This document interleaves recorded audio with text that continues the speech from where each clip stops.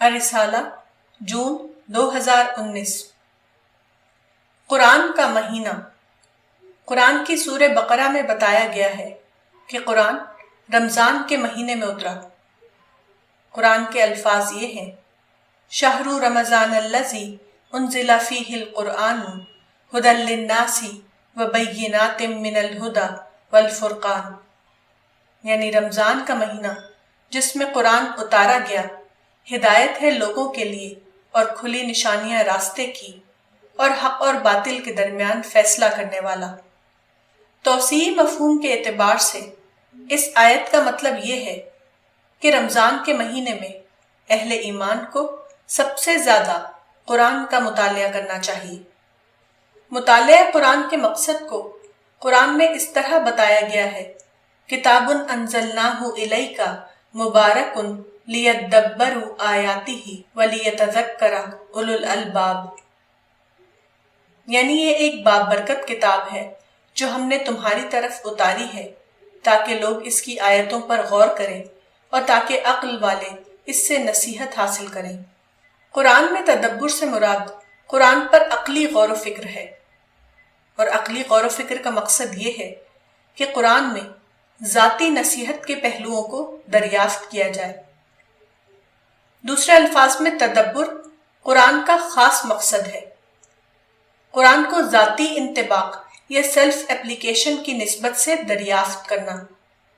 مثال کے طور پر آپ قرآن کا مطالعہ کرتے ہوئے قرآن کی اس آیت تک پہنچتے ہیں: اِلَّا تَنْصُرُوهُ فَقَدْ نَصَرَهُ اللَّهُ إِذْ أَخْرَجَهُ الَّذِينَ كَفَرُوا ثَانِيَ اثْنَيْنِ إِذْ هُمَا فِي الْغَارِ إِذْ يَقُولُ لِصَاحِبِهِ لَا تَحْزَنْ إِنَّ اللَّهَ مَعَنَا، یعنی اگر تم رسول کی مدد نہ کرو گے تو اللہ خود اس کی مدد کر چکا ہے، جبکہ منکروں نے اس کو نکال دیا تھا۔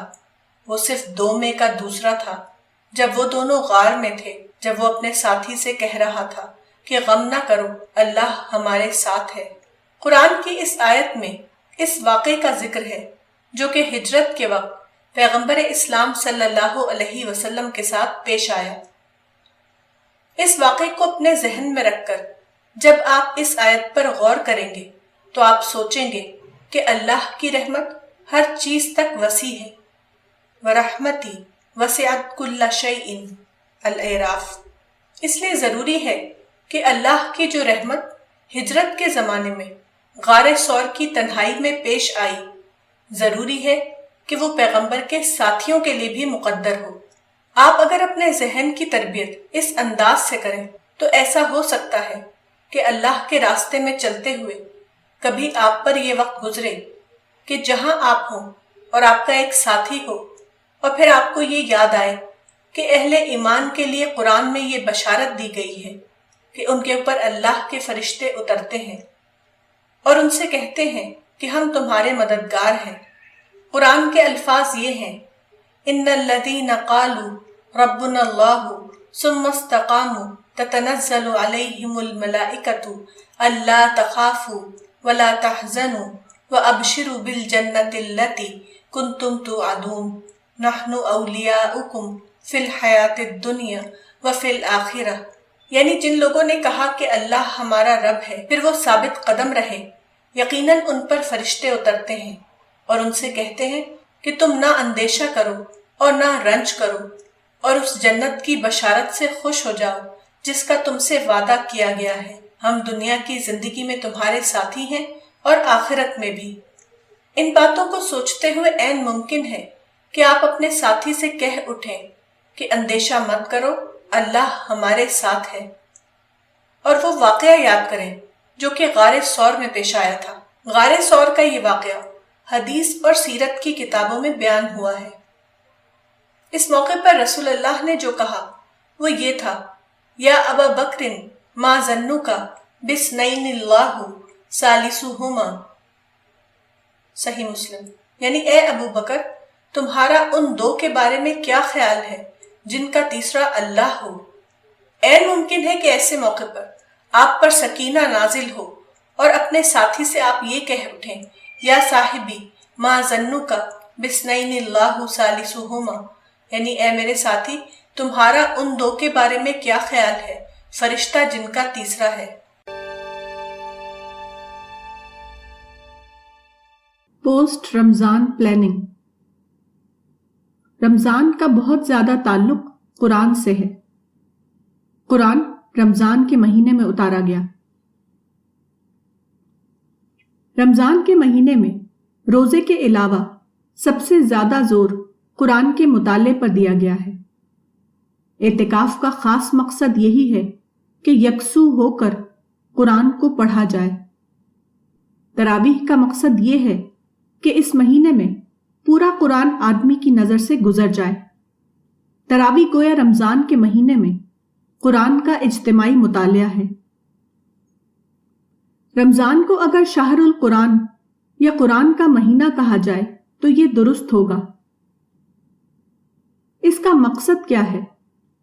اس کا اصل مقصد یہ ہے کہ اہل ایمان رمضان کے مہینے میں کامل یکسوئی کے ساتھ قرآن پڑھیں، اس کی آیتوں پر غور و فکر کریں، وہ یہ دریافت کریں کہ قرآن اس سے کس عمل کا تقاضا کرتا ہے۔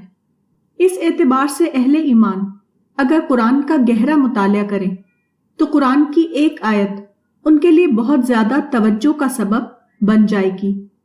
وہ آیت یہ ہے، تبارک الذی نزل الفرقان علی عبدہ لیکون للعالمین نذیرا، یعنی بڑی بابرکت ہے وہ ذات جس نے اپنے بندے پر فرقان اتارا تاکہ وہ جہان والوں کے لیے ڈرانے والا ہو۔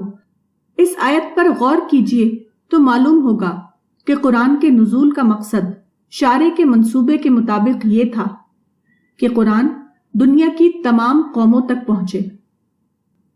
قرآن کی اس عمومی اشاعت کا کام کون کرے گا، اور کون قرآن کو ہر دور میں نسل در نسل انسانوں تک پہنچائے گا؟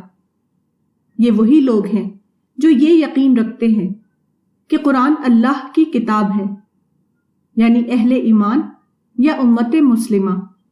اہل ایمان پر فرض ہے کہ وہ ہر دور کے انسانوں تک قرآن کو پوری ذمہ داری کے ساتھ پہنچائیں۔ یہ کام لوگوں کی اپنی قابل فہم زبان میں کرنا ہوگا۔ اس کے بغیر لوگوں تک قرآن کو پہنچانے کی ذمہ داری ادا نہیں ہو سکتی۔ موجودہ زمانے میں جدید کمیونیکیشن نے اس کام کو پوری طرح قابل عمل بنا دیا ہے۔ یہی اہل ایمان کی پوسٹ رمضان پلاننگ ہے۔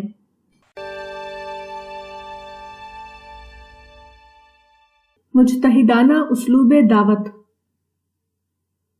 17 مئی 2003 کو دہلی میں SIO کے دفتر میں میرا ایک پروگرام تھا۔ یہاں مجھے اسلام پسند نوجوانوں سے گفتگو کا موقع ملا۔ ایک نوجوان مسٹر شمشاد احمد نے سوال کیا کہ آج کے تعلیم یافتہ طبقے کو کس طرح مؤثر انداز میں اسلام کا پیغام پہنچایا جائے۔ یہی سوال زیادہ تر گفتگو کا موضوع رہا۔ میں نے کہا کہ عام طور پر یہ محسوس کیا جا رہا ہے کہ اسلام آج کی دنیا میں کمتر ذہنی سطح کے لوگوں کی دلچسپی کا موضوع بن کر رہ گیا ہے۔ اعلیٰ ذہنی سطح کے لوگ اسلام کی طرف متوجہ نہیں ہوتے۔ اس کا سبب مدعو کے اندر نہیں بلکہ دائی کے اندر ہے۔ دعوت کے نام پر موجودہ زمانے میں بہت سی سرگرمیاں جاری ہیں، مگر یہ سرگرمیاں وقت کے اعلیٰ فکری مستوی یا انٹلیکچوئل لیول کے مطابق نہیں۔ ان دعوتی سرگرمیوں میں کوئی فضائل کی کہانیاں سنا رہا ہے، کوئی فخر پسندی کی غذا دے رہا ہے، کوئی اسلام کو سیاسی غلبے کا موضوع بنائے ہوئے ہے، کوئی ملی مسائل پر تقریر کرنے کو دعوت سمجھے ہوئے ہے، کوئی کمیونٹی ورک میں مشغول ہے اور اس کو دعوی ورک کا نام دیے ہوئے ہے۔ اس قسم کا انداز اعلیٰ ذہنی سطح کے لوگوں کو اپیل نہیں کر سکتا، اس لیے وہ اس کی طرف متوجہ بھی نہیں ہوتے۔ قرآن میں دعوتی کلام کا معیار یہ بتایا گیا ہے کہ وَقُلْ لَهُمْ فِي أَنفُسِهِمْ قَوْلًا بَلِيغًا کا مصداق ہو، یعنی ان سے ایسی بات کہو جو ان کے دلوں میں اتر جائے۔ اس کا مطلب دوسرے الفاظ میں یہ ہے کہ وہ مخاطب کے ذہن کو ایڈریس کرے۔ موجودہ زمانے کے داعیوں کا کلام جدید انسان کے ذہن کو ایڈریس نہیں کرتا، اس لیے اسلام ان کے لیے قابل غور چیز بھی نہیں بنتا۔ آج دنیا میں ہر جگہ لوگ اسلام قبول کر رہے ہیں، مگر یہ زیادہ تر متوسط طبقے کے لوگ ہیں۔ بہت کم ایسے افراد ہوں گے جو مثبت معنوں میں ذہنی انقلاب کے بعد اسلام میں داخل ہوئے ہوں۔ جدید تاریخ میں ایسے قلیل افراد کی ایک مثال مجھے ڈاکٹر نشی کانت چٹوپادھیائے میں ملتی ہے۔ وہ ایک سچے متلاشی حق تھے۔ انہوں نے اپنے گہرے ذاتی مطالعے سے اسلام کو سمجھا اور اس کو قبول کیا۔ ان کا واقعہ میں نے اپنی کتاب اسلام ری ڈسکورڈ میں نقل کیا ہے۔ پچھلی صدیوں میں اور موجودہ زمانے میں بڑی تعداد میں لوگ اسلام کے دائرے میں داخل ہوئے، مگر یہ لوگ اسلام کی جدید تاریخ بنانے کا باعث نہ ہو سکے۔ مسلمانوں کی جدید نسلوں کا سفر بدستور زوال کی طرف جاری رہا۔ اس کا بنیادی سبب یہ ہے کہ یہ تمام نو مسلم رد عمل کی نفسیات کے تحت اسلام میں داخل ہوئے۔ مثال کے طور پر ڈاکٹر BR امبیڈکر اعلیٰ ذہنی صلاحیت کے آدمی تھے۔ وہ اسلام قبول کرنا چاہتے تھے، لیکن مہاتما گاندھی اور دوسرے ہندو لیڈروں کی مداخلت سے ایسا نہ ہو سکا۔ تاہم اگر وہ اسلام قبول کرتے تو مجھے امید نہیں کہ ان کا قبول اسلام مثبت معنوں میں کسی جدید اسلامی تاریخ کے آغاز کا سبب بن سکتا تھا۔ اس کی وجہ یہ ہے کہ اسلام کی طرف ان کا میلان برہمنزم کے خلاف رد عمل کے تحت ہوا تھا۔ ایسی حالت میں اگر وہ اسلام قبول کر لیتے تب بھی صرف یہ ہوتا کہ وہ اسلام کے سٹیج سے برہمنزم کے خلاف ایک محاذ کھول دیتے۔ مثبت معنوں میں وہ اسلام کی کوئی انقلابی خدمت نہ کر پاتے، جیسا کہ بدھزم کو قبول کرنے کے بعد انہوں نے کیا۔ اس معاملے کی ایک مثال وہ تعلیم یافتہ نو مسلم افراد ہیں جنہوں نے موجودہ زمانے میں اسلام قبول کیا ہے۔ میرے علم کے مطابق یہ سب کے سب رد عمل کی نفسیات کے تحت اسلام کی طرف آئے، اس لیے وہ مثبت معنوں میں اسلام کی جدید تاریخ بنانے کا ذریعہ نہ بن سکے۔ ان میں سے کوئی مسلمانوں کے کسی کمیونٹی ورک میں لگا ہوا ہے اور کوئی مفروضہ مسلم دشمنوں کے خلاف تقریر کر رہا ہے۔ موجودہ زمانے کے معروف نو مسلموں میں سے اکثر کو یا تو میں نے سنا ہے یا پڑھا ہے یا ان سے ملاقات کی ہے، مگر میرے تجربے کے مطابق یہ سب لوگ کسی نہ کسی طور پر رد عمل کی نفسیات کے تحت اسلام کی طرف آئے ہیں۔ یہی وجہ ہے کہ قبول اسلام کے بعد بھی ان کے سینے میں غیر قوموں کے خلاف کدورتیں ختم نہیں ہوئیں۔ وہ اب بھی رد عمل کی بولی بول رہے ہیں۔ مثلاً امریکہ کے حمزہ یوسف اور سراج وہاج، جرمنی کے مراد ہافمین، برطانیہ کے یوسف اسلام، ہندوستان کی ڈاکٹر سوریا وغیرہ۔ میرے مطالعے کے مطابق موجودہ زمانے کے خود مسلم دائیوں اور رہنماؤں کا حال بھی تقریباً یہی ہے۔ موجودہ زمانے میں جتنے بھی عرب یا غیر عرب علماء اور مفکرین اسلام کی خدمت کے لیے اٹھے، وہ کسی نہ کسی اعتبار سے رد عمل کی نفسیات کے تحت اٹھے۔ کوئی استعمار کے مسئلے سے بھڑک اٹھا، کوئی صہیونیت کی زمین سے ابھرا، کسی کو مغربی تہذیب کے غلبے نے بے چین کر دیا، کوئی ہندو خطرہ یا غیر ہندو خطرے کے خلاف مجاہد بن گیا، کوئی مسلمانوں کی سیاسی مغلوبیت پر بے برداشت ہو کر تحریک چلانے لگا وغیرہ۔ جبکہ دائی وہ ہے جو ابدی حقائق کی دریافت سے ابھرے، نہ کہ وقتی مسائل کے ہنگاموں سے۔ دعوت کے مسئلے کی وضاحت کرتے ہوئے میں نے کہا کہ دعوت کے دو مختلف اسلوب ہیں، مقلدانہ اسلوب اور مجتہدانہ اسلوب۔ اس وقت دنیا کے مختلف حصوں میں جو دعوتی کوششیں ہو رہی ہیں وہ سب کی سب مقلدانہ اسلوب پر ہو رہی ہیں۔ اس قسم کے اسلوب سے صرف تقلیدی مزاج کے لوگ ہی متاثر ہو سکتے ہیں، اور وہی اس سے متاثر ہو رہے ہیں۔ جدید طبقہ مجتہدانہ اسلوب چاہتا ہے، مگر مجتہدانہ اسلوب میں دعوتی کام سرے سے نہیں ہو رہا ہے، اس لیے جدید طبقہ اسلام کی طرف مائل بھی نہیں ہو رہا ہے۔ اس بنا پر اسلامی دعوت اور جدید طبقے کے درمیان ایک قسم کا ذہنی بودھ یا انٹلیکچول گیپ پیدا ہو گیا ہے۔ دعوتی عمل کو تعلیم یافتہ طبقے کے درمیان مؤثر بنانے کے لیے اس بودھ کو ختم کرنا ضروری ہے۔ پچھلے دنوں میری ملاقات بہار کے ایک صاحب ڈاکٹر اکرام الحق سے ہوئی۔ وہ MD کی ڈگری لیے ہوئے تھے، انہیں اسلامیات کے مطالعے کا شوق ہے۔ انہوں نے کہا کہ میں نے انگریزی اور اردو کی تقریباً تمام تفسیریں پڑھی ہیں، مگر مجھے ان تفسیروں سے اطمینان نہیں ہوا۔ اس قسم کا احساس موجودہ زمانے کے اکثر تعلیم یافتہ لوگوں میں ہوتا ہے۔ اس کا سبب یہ ہے کہ تفسیریں زیادہ تر تقلیدی اسلوب میں لکھی گئی ہیں۔ میرے علم کے مطابق حقیقی معنوں میں مجتہدانہ اسلوب میں کوئی تفسیر ابھی تک لکھی نہیں گئی۔ میں نے مثال دیتے ہوئے کہا کہ قرآن کی ایک آیت ہے، کلما اوقدوا نارا للحرب اطفأها اللہ، یعنی جب کبھی وہ لڑائی کی آگ بھڑکاتے ہیں تو اللہ اس کو بجھا دیتا ہے۔ اس آیت میں جو بات کہی گئی ہے وہ جدید امن پسند طبقے کے لیے بے حد پرکشش ہے، مگر کسی بھی عربی یا اردو یا انگریزی تفسیر میں اس کی معنویت کو کھولا نہیں گیا ہے۔ عام طور پر اس آیت میں قدیم یہود کے معاملے کو بتایا جاتا ہے، گویا کہ تمام مفسرین اس آیت کو زمانی مفہوم میں لے رہے ہیں۔ اس طرح یہ آیت بظاہر قدیم زمانے کی ایک گزری ہوئی داستان بن کر رہ گئی ہے۔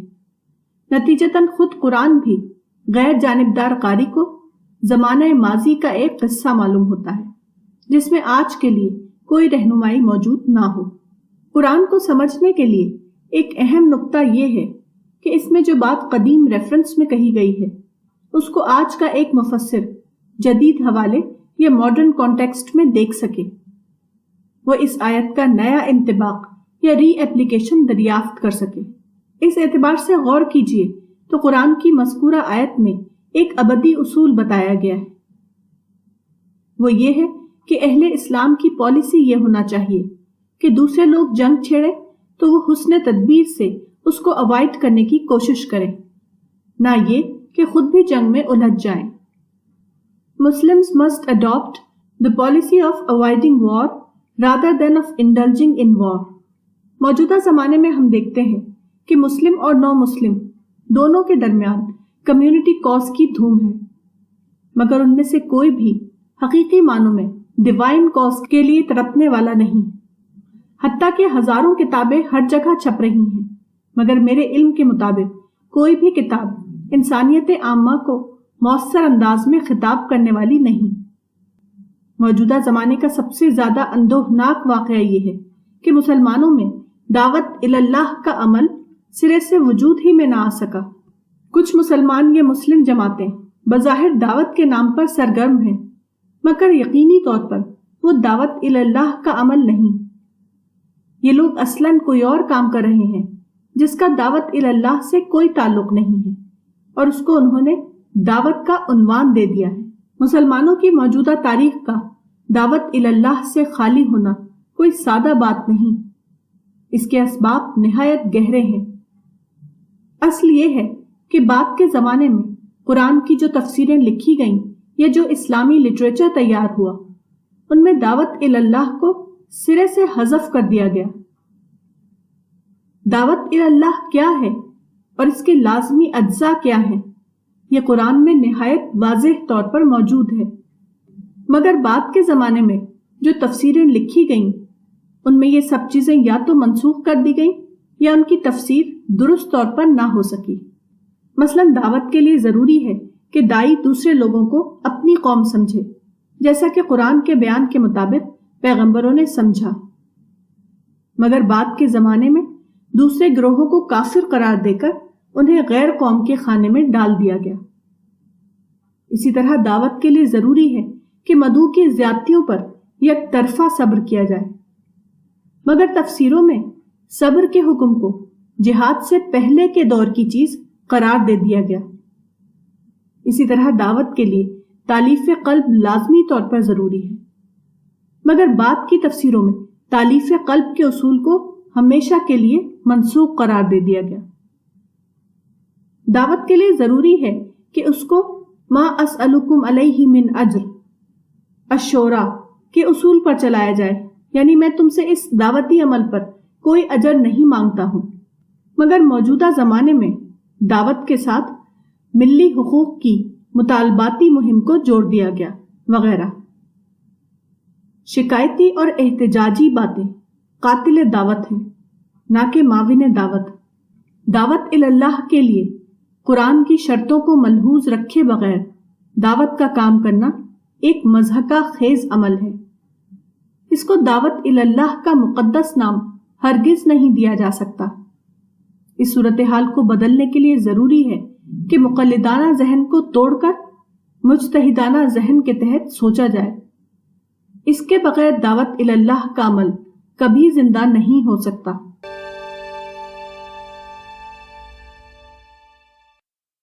دعوت کے تجربات۔ قرآن میں ایک آیت ان الفاظ میں آئی ہے، قُلْ سِیرُوا فِی الْأَرْضِ ثُمَّ انظُرُوا کَیْفَ کَانَ عَاقِبَةُ الْمُکَذِّبِینَ، یعنی کہو زمین میں چلو پھرو اور دیکھو کہ جھٹلانے والوں کا انجام کیا ہوا۔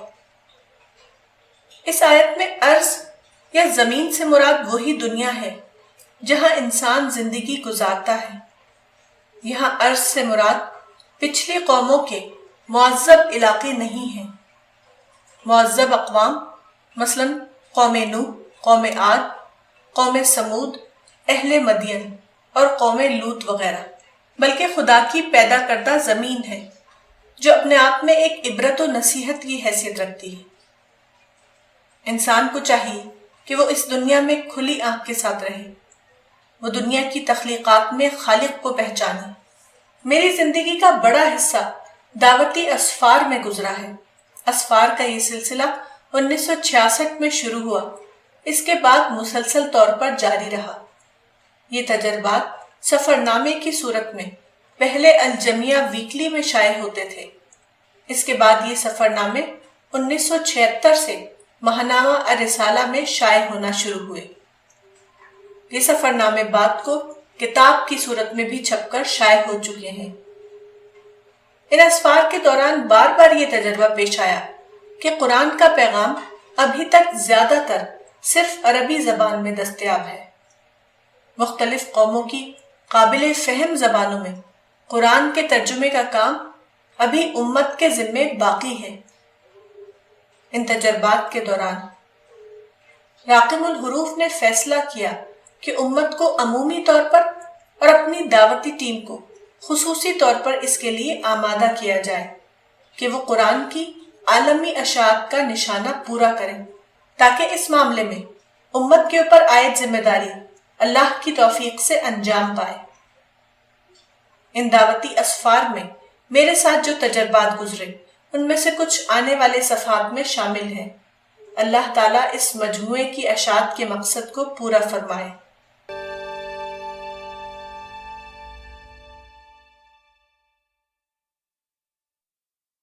جہاد کبیر۔ سوئٹزرلینڈ کے سفر میں 26 جولائی 2001 کی صبح کو ناشتے پر ایک صاحب سے گفتگو ہوئی۔ میں نے کہا کہ قرآن میں پیغمبر کو حکم دیتے ہوئے کہا گیا ہے کہ وَجَاهِدْهُمْ بِهِ جِهَادًا كَبِيرًا۔ اس آیت کا ترجمہ یہ ہے کہ تم ان کے ساتھ قرآن کے ذریعے جہاد کبیر کرو۔ ظاہر ہے کہ جہاد کبیر کے لیے قوت کبیر درکار ہے۔ آپ کسی سے یہ نہیں کہہ سکتے کہ تم پینسل کے ذریعے بڑی لڑائی کرو۔ اس سے یہ اندازہ ہوتا ہے کہ اللہ کی نظر میں قرآن خود ایک بڑی طاقت ہے۔ گویا اس آیت کا مطلب یہ ہے کہ بڑا جہاد کرو، بڑی طاقت کے ذریعے، جیسا کہ قرآن ہے۔ ڈو گریٹ جہاد with the great power of the قرآن۔ اس سے مزید یہ نکلتا ہے کہ نظریے کی طاقت تمام طاقتوں سے زیادہ بڑی طاقت ہے۔ اگر ایسا نہ ہو تو قرآن کے ذریعے جہاد کبیر کا حکم دینے کا کوئی مطلب نہیں۔ میں نے مزید یہ کہا کہ یہ ایک ثابت شدہ حقیقت ہے کہ نظریاتی طاقت سیاسی طاقت سے بہت زیادہ بڑی ہے۔ Ideological power is greater than political power۔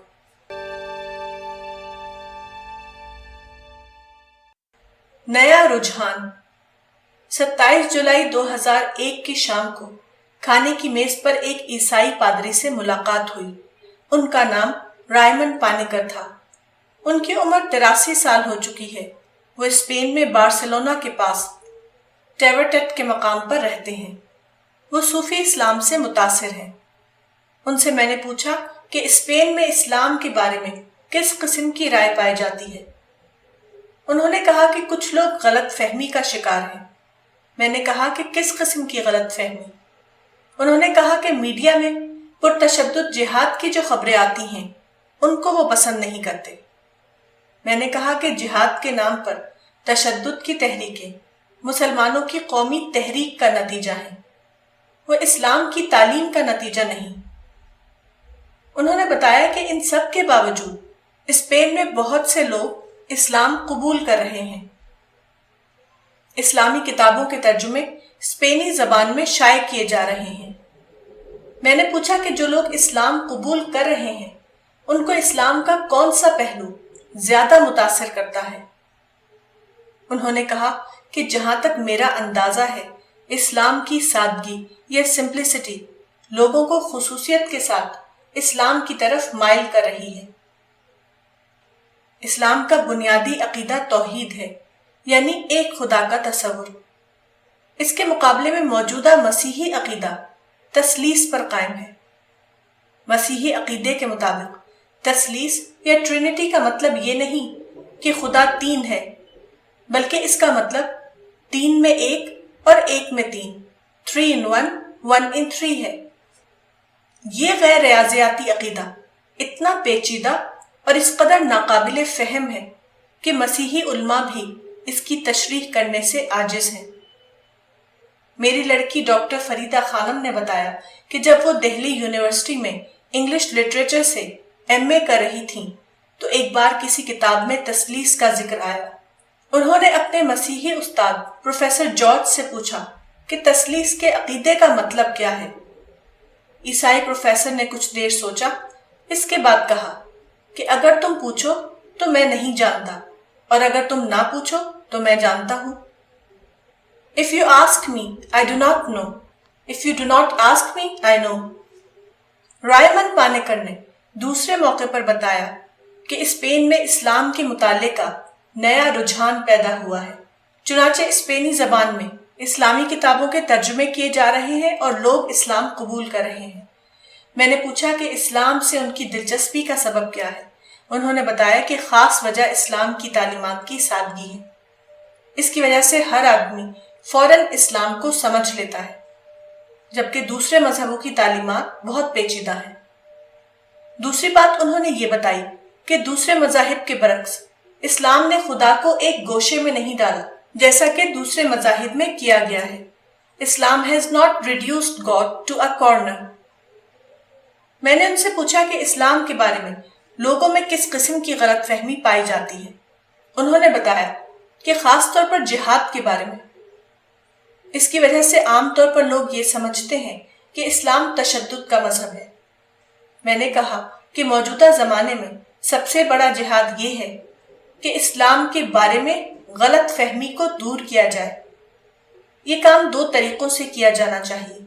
ایک یہ کہ اسلام کو اس کی صحیح صورت میں پیش کیا جائے، اور دوسرے یہ کہ مسلمان اپنی ان متشددانہ کارروائیوں کو بند کر دیں جو وہ اسلامی جہاد کے نام پر کر رہے ہیں۔ ماہنامہ الرسالہ، سفر نامہ سوئٹزرلینڈ، مارچ 2002۔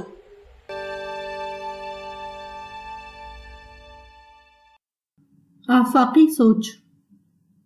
بھوپال کے سفر نومبر 2001 میں مسٹر راجندر سنگھ نے ایک ملاقات میں کہا کہ اگر آج کے مسلمانوں کا ذہنی کینوس بڑا ہو جائے تو کوئی ان کی ترقی کو روک نہیں سکتا۔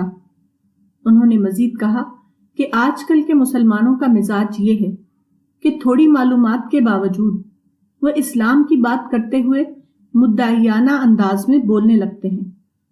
وہ اپنے خیال میں اتنا گم رہتے ہیں کہ ان کو یہ احساس نہیں ہوتا کہ سننے والے پر ان کے اس انداز کا الٹا اثر پڑے گا۔ میرے نزدیک یہ بات بالکل درست ہے۔ اسلام ایک آفاقی مذہب ہے۔ وہ اپنے ماننے والوں کے اندر آفاقی ذہن بناتا ہے، مگر آج کل کے مسلمان اپنی زوال یافتہ نفسیات کی بنا پر تنگ نظری کا شکار ہو گئے ہیں۔ وہ خود اپنی بنائی ہوئی دنیا میں جیتے ہیں، انہیں اپنے سے باہر کی دنیا کی کوئی خبر نہیں۔ مسلمانوں کا یہی مزاج موجودہ زمانے میں اسلام کی بدنامی کا سبب ہے، نہ کہ اسلام کی اصولی تعلیمات۔ اسلام کے اشاعتی سیلاب کو جس چیز نے روک دیا ہے وہ مسلمانوں کا یہی غیر آفاقی مزاج ہے۔ موجودہ زمانے کے مسلمانوں کی تحریروں اور تقریروں سے ایسا اندازہ ہوتا ہے کہ صرف ان کی اپنی کمیونٹی ہی ان کا کنسرن ہے، وسیع تر انسانیت ان کا کنسرن ہی نہیں۔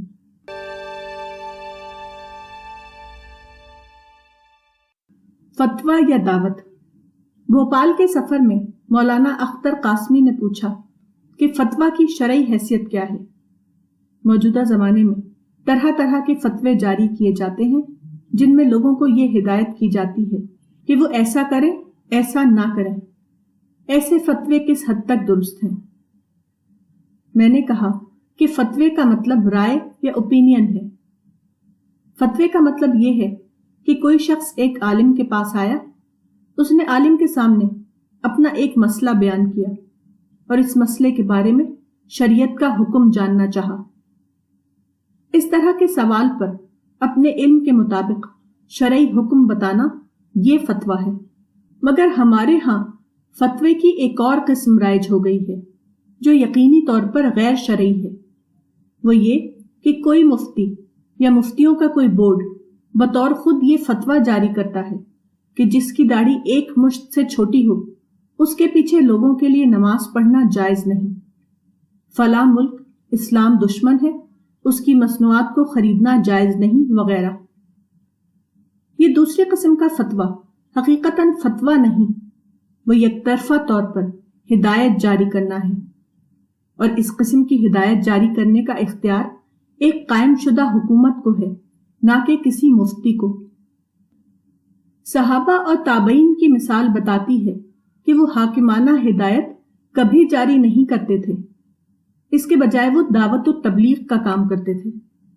مثلاً اگر لوگ داڑھی کی سنت میں غفلت برت رہے ہوں تو صحابہ و تابعین کی سنت کے مطابق ایسے لوگوں کے درمیان دعوت و تبلیغ کا کام کرنا چاہیے، نہ کہ بائیکاٹ کا فتویٰ صادر کرنا۔ مزید یہ کہ باعتبار نتیجہ اس قسم کا فتویٰ سراسر لا حاصل ہے۔ انسان کی اصلاح قلب و ذہن کے بدلنے سے ہوتی ہے، نہ کہ فتاویٰ جاری کرنے سے۔ خود ہندوستان کی مثال بتاتی ہے کہ اہل بدعت کے خلاف لمبی مدت تک فتاویٰ جاری کرنے کے باوجود کوئی مسلمان بدعت سے تائب نہیں ہوا، مگر تبلیغی جماعت کی دعوتی کوششوں سے بہت سے بدعتی اپنے فعل سے تائب ہو گئے۔ اس کی وجہ یہ ہے کہ تبلیغی جماعت والوں نے فتویٰ کے بجائے نصیحت و تربیت کا انداز اختیار کیا۔ اس کے نتیجے میں لوگوں کے دل بدلے اور وہ بدعات سے تائب ہو گئے۔ ماہنامہ الرسالہ، سفرنامہ بھوپال، مئی 2002۔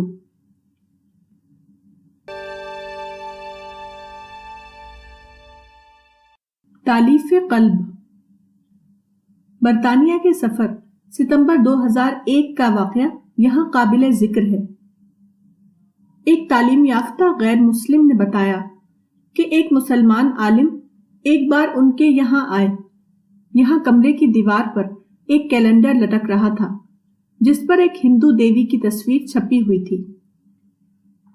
مذکورہ شخص نے بتایا کہ نماز کا وقت آیا تو مولانا صاحب نے اپنی شیروانی اتار کر کیلنڈر کے اوپر لٹکا دی۔ اس وجہ سے اس کی تصویر شیروانی کے نیچے چھپ گئی۔ اس کے بعد مولانا صاحب نے میرے کمرے میں نماز ادا فرمائی۔ اس واقعے کا حوالہ دیتے ہوئے میں نے کہا کہ مولانا موصوف نے جو کچھ کیا بجائے خود درست تھا، مگر سوچنے کی بات یہ ہے کہ ایک طرف یہ نمونہ ہے اور دوسری طرف یہ مختلف مثال ہے کہ قدیم مکہ میں 360 بت رکھے ہوئے تھے۔ پیغمبر اسلام صلی اللہ علیہ وسلم وہاں روزانہ نماز ادا کرتے، مگر آپ نے ایسا نہیں کیا کہ پہلے ان بتوں کے اوپر چادر لٹکائیں اور پھر وہاں نماز ادا کریں۔ رسول اللہ صلی اللہ علیہ وسلم کے اس عمل سے ایک اہم دعوتی حکمت معلوم ہوتی ہے۔ دعوت کا کام کرنے کے لیے ایک بے حد ضروری شرط یہ ہے کہ داعی کے اندر ناخوشگوار باتوں کو نظر انداز کرنے کا مزاج موجود ہو۔ وہ ان چیزوں سے پاک ہو جو مدعو کی نظر میں کٹرپن، تنگ نظری اور عدم رواداری بن جاتی ہے۔ دعوتی کام کے لیے رواداری لازمی شرط ہے۔ دائی کے اندر اگر رواداری کا مزاج نہ ہو تو وہ کامیاب دائی نہیں بن سکتا۔ عسر میں یسر۔ 11 ستمبر 2001 کو نیو یارک اور واشنگٹن میں جو بھیانک واقعہ ہوا، اس کے نتیجے میں ساری دنیا کا میڈیا اسلام کو ٹیررزم کے روپ میں دیکھنے لگا، مگر اس عسر میں بھی یسر کا ایک پہلو نکل آیا۔ رپورٹیں بتاتی ہیں کہ اس کے بعد لوگوں کے اندر اسلام کے بارے میں تجسس یا کیوریوسٹی کا ذہن پیدا ہوا، چنانچہ پوری دنیا میں بڑے پیمانے پر اسلام کا مطالعہ کیا جانے لگا۔ خود اس وقت کے امریکی صدر بش نے واشنگٹن کے اسلامک سینٹر کی زیارت کی۔ کہا جاتا ہے کہ اس وقت کے برطانوی وزیر اعظم ٹونی بلیئر نے اس دوران 2 بار قرآن کا مطالعہ کیا ہے۔ جرمنی سے آئے ہوئے مسٹر فاروق نے بتایا کہ 11 ستمبر کے واقعے کے بعد قرآن کے جرمن ترجمے کی مانگ اتنی زیادہ بڑھی کہ مارکیٹ سے جرمن ترجمے کی کاپیاں 1 ہفتے کے اندر ختم ہو گئیں۔ یہی معاملہ اکثر مقامات پر پیش آیا۔ اس طرح کی مختلف مثالیں دیتے ہوئے میں نے کہا کہ قرآن میں ارشاد ہوا ہے کہ فَلَا تَخْشَوْهُمْ وَاخْشَوْنِي، یعنی پس تم ان سے نہ ڈرو، صرف مجھ سے ڈرو۔ اس کا مطلب یہ ہے کہ اسلام کے ظہور کے بعد اب دنیا سے خشیت انسانی کا دور ختم ہو گیا۔ اب دنیا خشیت ربانی کے دور میں داخل ہو چکی ہے۔ اب ہمیں صرف یہ کرنا ہے کہ اللہ کے ساتھ اپنے معاملے کو درست رکھیں۔ جہاں تک انسان کا معاملہ ہے، اس کو اللہ نے خود نظام فطرت کے تحت پیشگی طور پر ہمارے موافق بنا دیا ہے۔ ماہنامہ الرسالہ، برطانیہ کا سفر، ستمبر 2002۔ دعوتی ماحول۔ برمنگھم میں کئی چھوٹی بڑی مسجدیں ہیں۔ برمنگھم میں قیام ستمبر 2001 کے دوران ایک سڑک سے گزرتے ہوئے ایک بڑی مسجد نظر آئی۔ اس کے اوپر جلی حرفوں میں لکھا ہوا تھا، قرآن پڑھیے جو کہ آخری عہد نامہ ہے، ریڈ القرآن دا لاسٹ ٹیسٹمنٹ۔ مسجد کی بیرونی سمت میں لگا ہوا یہ بورڈ علامتی طور پر یہ بتا رہا تھا کہ مغربی دنیا میں اسلام کی تبلیغ کے کھلے مواقع موجود ہیں۔ ان مواقع کو استعمال کرنے کی شرط صرف ایک ہے، اور وہ یہ ہے کہ مسلمان اپنی کسی روش سے دائی اور مدعو کے درمیان نفرت کی فضا قائم نہ کریں۔ معتدل فضا میں اسلام کی اشاعت ہوتی ہے، اور نفرت اور تناؤ کی فضا میں اسلام کی اشاعت کا عمل رک جاتا ہے۔ خیر خواہانہ دعوت۔ جون 2002 میں نے رشی کیش کا سفر کیا۔ اس سفر میں میرا تاثر یہ ہے کہ برادران وطن سینکڑوں سال سے تہماتی عقائد اور روایات میں پھنسے ہوئے ہیں، مگر مسلمان ان کی ہدایت کے لیے نہیں تڑپے۔ ان کی خیر خواہی نے انہیں بے چین نہیں کیا۔ خود ہندوؤں میں ایسے لوگ اٹھے جنہوں نے محدود طور پر اصلاح کی کوششیں کی۔ مثلا کبیر نے اس سلسلے میں بہت سی باتیں کہیں۔ ان کا ایک شعر یہ ہے، ماتھے تلک ہاتھ ملبانا، لوگن رام کھلونا جانا۔ آریہ سماج کی تحریک بھی اسی نوعیت کی ایک ادھوری تحریک تھی۔ گرو نانک کی تحریک اپنی اصل نوعیت کے اعتبار سے غیر خداؤں کی پرستش کے بجائے ایک خدا کی پرستش کا پیغام تھا۔ اقبال نے گرو نانک کے بارے میں یہ شعر کہا تھا، نانک نے جس چمن میں وحدت کا گیت گایا، میرا وطن وہی ہے، میرا وطن وہی ہے۔ مسلمانوں کے پاس محفوظ آسمانی کتاب کی صورت میں کامل سچائی موجود تھی، مگر مسلمان برادران وطن کی اصلاح کے لیے کچھ نہ کر سکے۔ رشی کیش میں گفتگو کے دوران بہت سے ہندوؤں نے مجھ سے اسلام کے مطالعے کی خواہش ظاہر کی۔ میں سمجھتا ہوں کہ کسی حقیقی اصلاحی کوشش کے لیے گہری خیر خواہی درکار ہوتی ہے، وہ خیر خواہی جو شکایتوں کے باوجود نہ ٹوٹے، بیٹے کے ساتھ ماں کی محبت کی طرح جو ہر حال میں قائم رہے۔ بدقسمتی سے مسلمانوں کے اندر برادران وطن کے لیے اس قسم کی خیرخواہی موجود نہ تھی۔ مسلم سلطنت کے دور میں وہ ہندوؤں کو کمتر سمجھتے رہے اور 1947 کے بعد وہ ہندوؤں سے اپنے سینے میں نفرت اور شکایت لیے ہوئے ہیں، اور جو لوگ اس طرح کی نفسیات میں مبتلا ہوں وہ کبھی اصلاح و دعوت کا کوئی گہرا کام نہیں کر سکتے۔ 1947 سے پہلے کے دور میں مسلم صوفیوں نے ضرور کچھ مفید کام کیے، مگر جہاں تک مسلم علماء کا تعلق ہے وہ اس سلسلے میں کوئی قابل قدر خدمت انجام نہ دے سکے۔ کچھ لوگوں نے ہندوستان کو دارالحرب بتا کر مسلمانوں کے اندر منفی نفسیات پیدا کی۔ کچھ لوگوں نے ہندوؤں کے مسلم ملچ کے تصور کا مقابلہ کرنے کے لیے ہندو کافر کا نظریہ پھیلایا۔ کچھ لوگوں نے بت شکنی کے نام پر ایسے کام کیے جو اپنے نتیجے کے اعتبار سے صرف دل شکنی کے ہم معنی تھے۔ مگر حیرت کی بات یہ ہے کہ ساری مسلم دنیا میں کوئی بھی عالم یا غیر عالم نہیں جو ان مسلم رہنماؤں سے یہ کہے کہ تم اپنی قومی لڑائی کو انتہائی ناعاقبت اندیشانہ طور پر یہ مجرمانہ رنگ دے رہے ہو کہ ہندوؤں کی مسلم نفرت یا اسلام نفرت اس حد تک بڑھ جائے کہ وہ معتدل ذہن کے ساتھ اسلام کے پیغام کو سننے کے قابل ہی نہ رہیں۔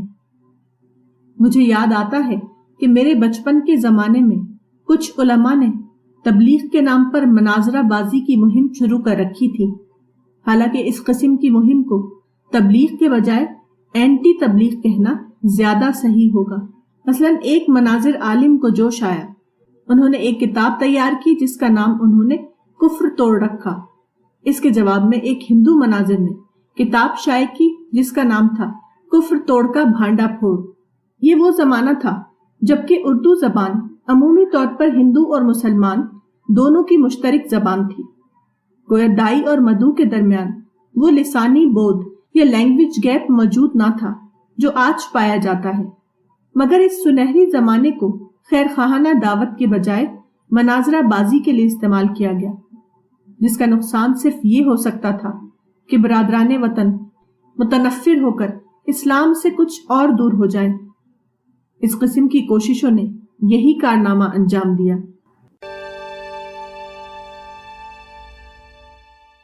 جنت کی ضرورت۔ رشی کیش کے پروگرام میں جین مذہب کے کئی لوگ آئے ہوئے تھے۔ ایک جینی پیشوا جو اپنے منہ پر پٹی لگائے ہوئے تھے، ان سے گفتگو ہوئی۔ گفتگو کے دوران انہوں نے کہا کہ میں ان لوگوں سے کہتا ہوں کہ آپ مندر بنانا چھوڑو، انسان بناؤ۔ میں نے پوچھا کہ انسان بنانے کا فارمولا کیا ہے؟ انہوں نے کہا کہ اپنی خواہشوں یا ڈیزائرز کو ہلاک کرنا۔ انہوں نے بتایا کہ جینی طریقے کے مطابق منہ پر پٹی باندھنا اسی با پرہیز زندگی کی ایک علامت ہے۔ میں نے کہا کہ دوسرے لفظوں میں آپ کا نظریہ سیلف کنٹرول کا نظریہ ہے، مگر سوال یہ ہے کہ کوئی شخص سیلف کنٹرول کیوں کرے؟ کوئی شخص اپنی طاقتور خواہشوں کو کیوں دبائے؟ انسان کو سیلف کنٹرول پر آمادہ کرنے کے لیے ایک زیادہ بڑا محرک درکار ہے۔ اس سلسلے میں نے انہیں اسلام کے نظریہ جنت سے متعارف کرایا۔ ماہنامہ الرسالہ، رشی کیش کا سفر، جنوری 2003۔ مدعو انتظار میں۔ رشی کیش کا یہ سفر میرے لیے ایک نیا تجربہ تھا۔ وہاں جس ہندو سے بھی اسلام پر گفتگو ہوئی، اس نے دلچسپی کے ساتھ اس کو سنا۔ کئی لوگوں کو کتابیں دی گئیں جن کو انہوں نے شوق کے ساتھ لیا اور پڑھنے کا وعدہ کیا۔ یہاں مجھے چند بار عمومی خطاب کا موقع ملا۔ اپنے خطابات میں نے اسلام کو دین رحمت کی حیثیت سے پیش کرنے کی کوشش کی۔ میرا تجربہ ہے کہ موجودہ زمانے کے تعلیم یافتہ لوگ اس کو بہت برا مانتے ہیں کہ ان کے اوپر مذہبی کٹر پن کا الزام آئے، اس لیے وہ اپنے مذہب کے سوا دوسرے مذاہب کی بات کو توجہ کے ساتھ سنتے ہیں۔ یہ زمانی مزاج ہم کو موقع دیتا ہے کہ ہم دین حق کی دعوت کو موافق ماحول میں پیش کر سکیں۔ ماہنامہ الرسالہ، رشی کیش کا سفر،